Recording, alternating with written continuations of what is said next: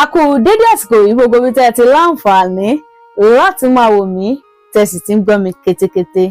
Mo wá ń kí yín pé ẹ káàbọ̀ sórí ètò ẹ̀kọ́ èdè Yorùbá lesson. Oyinládùn Ẹ̀yìnkẹ́ Elédùmarè lórúkọ ti tèmi. Kí lóhun tí a fẹ́ pẹ̀kẹ́lù lónìí? Kí lóhun tí a fẹ́ sọ? A fẹ́ sọ̀rọ̀ nípa ọ̀rọ̀ orúkọ tó wà nínú álífábẹ́ẹ̀tì èdè Yorùbá.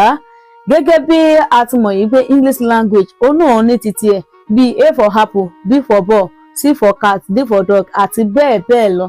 Bẹ́ẹ̀ náà ni ábídí náà ní ọ̀rọ̀ orúkọ titi ẹ̀ tó wà nínú álífábẹ́ẹ̀tì, ìyẹn lẹ́tà tó wà nínú rẹ̀. Ẹ jẹ́ kí a máa kà lọ.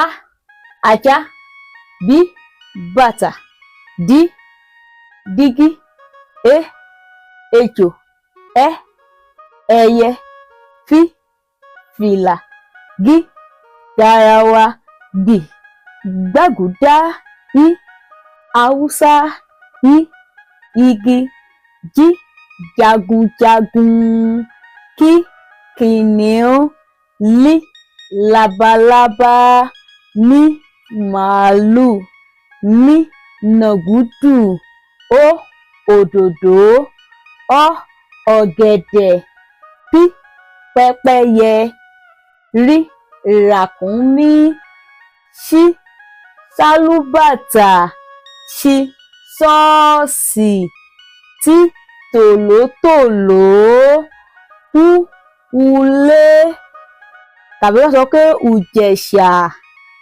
W wòlíì, Y yànmùyánmú. Kídùn kó pọ̀ sókè lọ́bẹ̀ òkè. Ẹ ṣeun púpọ̀.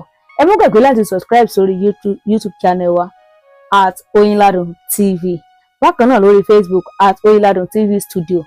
Ẹ tẹ̀lé wa ká sì máa jẹ aládùn Yorùbá lesson. Ẹ ṣeun púpọ̀.